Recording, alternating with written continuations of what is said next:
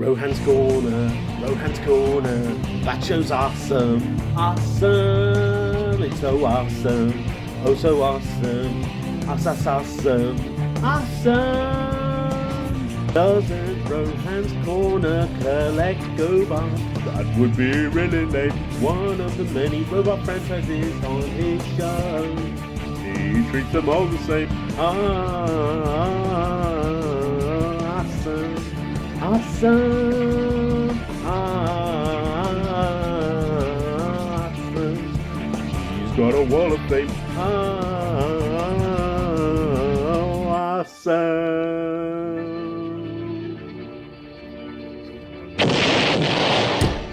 Hey there, ho there, hey there! Hello everyone and welcome back to Rohan's Corner, where we are, of course, talking Beast Machines and the good, the bad and the ugly. Continuing on from last week, where I started my part 1 analysis of this underrated show. You may have seen me posting up this week, is Beast Machines the most underrated Transformers show ever created? I think it is.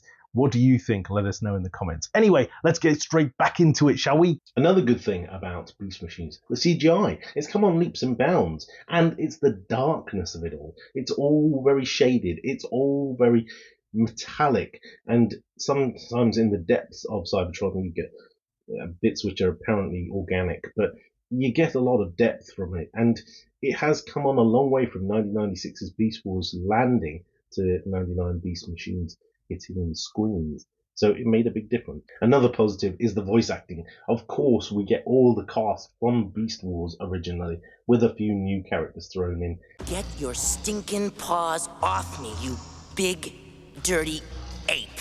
And the original cast are brilliant. It's such a great thing that they continued on into Beast Machines. And had Beast Machines actually been a success, maybe they would have followed on into Transtech, which was the scheduled third series to go in the trilogy and got cancelled. Another good thing about Beast Machines, Megatron's diagnostic drone, a floating little drone, follows him around, speaks very funnily, like, almost like a British person, very properly, and is thwarting Megatron at every stage of the way, telling him he's wrong and he's done things incorrectly, and actually ends up teaming up with Tankor/Rhinox to try and overthrow Megatron. Eminence, I humbly submit the results of my investigation. It appears Tankor somehow stumbled onto an extraordinary find. The legendary key to Vector Sigma. He's a great little character, thrown in there probably as a sideline, not really had a toy or anything like that, but I really love that character. And the way Megatron treats him as well, like garbage, is funny. Another good thing is Megatron's floating head fortress, which is a big ship in Beast Machines. You just see this huge head of Megatron floating in the sky. And it's just funny. It's brilliant. I mean, I suppose the next time we saw anything like that was in Transformers Prime, when they used that massive ship to go everywhere. But yeah, why don't they do it more often? It reminds me of GoBots and of Rogue Star, the massive vessel that the Renegades used to go everywhere on because they didn't have any other home. And it kind of makes sense, right? Another good thing about Beast Machines is, even though the aesthetics of the bots, the Maximals, was pants, they at least had built-in weaponry. So people like Cheetor had these sort of knife-type things, and Black Arachnia had a spider web. Primal had his energy chest firing capability. Silverbot had missiles that came out of his feathers. So it was quite cool from that perspective that they built in this weaponry and they weren't using traditional kind of lasers and blasters, which is what obviously the Vircons and the Decepticons will use. Another good thing is mining drones. I mentioned this before. The first time we ever saw mining drones in Transformers, they came back around in Transformers Prime when we saw them trying to dig for Energon. And these mining drones would just turn up wherever the Maximals had put their base underground and try and capture them. It was quite cool, different aesthetic. And sometimes there would be Vircons with them and sometimes not. I already have an agent among them. Black Arachnia? Night Scream? We'll find them. Rat Trap, stay behind and start drilling. Unless someone has a better idea. Another great thing about Beast Machines, along with the theme song, was the techno music. It's fast, it's upbeat, it's loud, it's dramatic, it's in your face, and it makes a big difference to the show. I really enjoyed that aspect of it, even though it may have actually taken up more of the show than we've seen in many other Transformers series, music playing a part. But as you know, I think that's quite a good thing. I mentioned it before, but the dark themes throughout the show, from the visuals to the good against bad, to the killing in the series, to the nature in which they're both trying to eradicate each other's kind of population, is really good. It's something totally different from Transformers, very adult, and not something that you see every day in a Transformers series, which I really enjoyed. And along that same theme, we've got the humor and sarcasm, the dry wit that's in the series, kind of comes along from Beast Wars, but taken to the next degree. Sometimes it can be a bit OTT.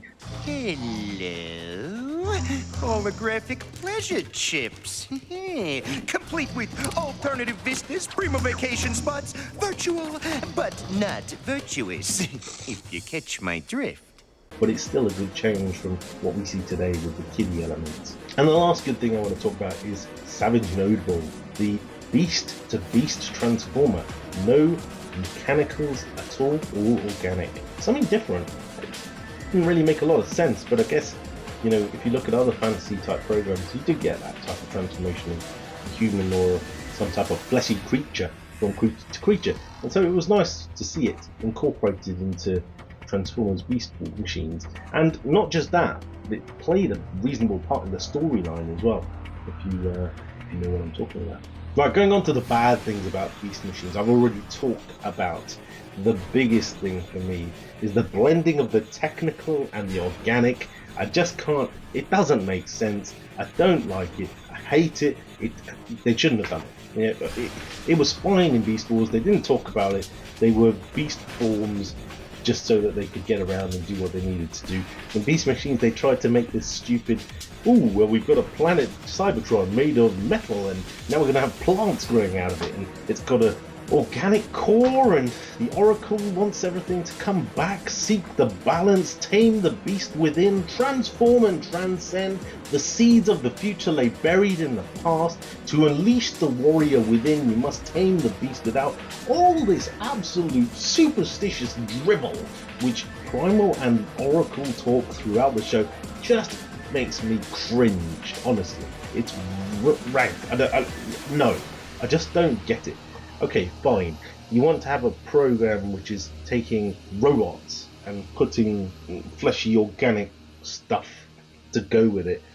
Go watch GoBots. They've got human brains. You know, they're cyborgs. This is robots. Don't mess with robots.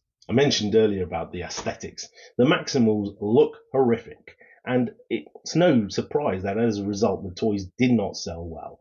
And that's what killed the line ultimately. You know, if they had actually made better looking toys, then they would have been able to continue. And it comes down to the idea, blending beast and techno-organic. It just doesn't make any sense. Another bad thing is the Botanica character. My God, she's annoying. And she doesn't make any sense. For the same reasons I've already harped on about. But still, it takes it to the next degree. Oh, everyone else gets a partner. I get a flea-ridden travel agent. And then they start making a relationship with Rat Trap, and it's like, I want to pull off my face. Anyway, just blank her out. It's the easiest thing to do. Right, so we talked about the good, the bad. What about the ugly? Well, there's just one thing, in my opinion. One thing that really, really knocks this show. And it's kind of a big thing. It's the ending. If you watch the end of Beast Machines, the entire planet is reborn as an organic planet.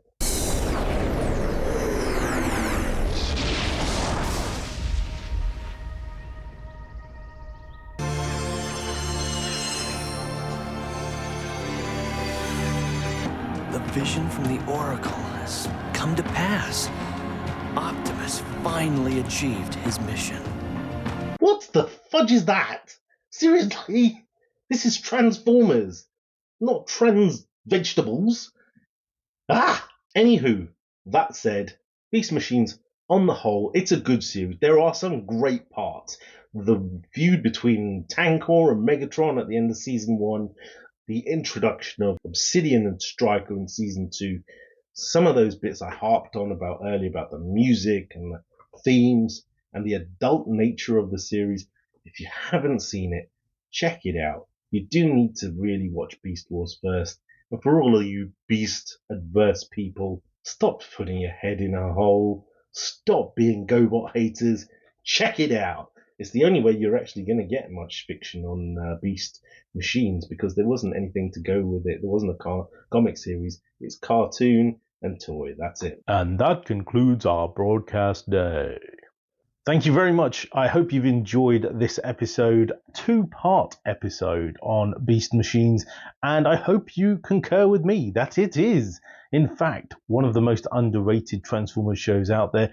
Yes, there are a lot of negative things not to like about Beast Machines, but at the same time, there are still some positive.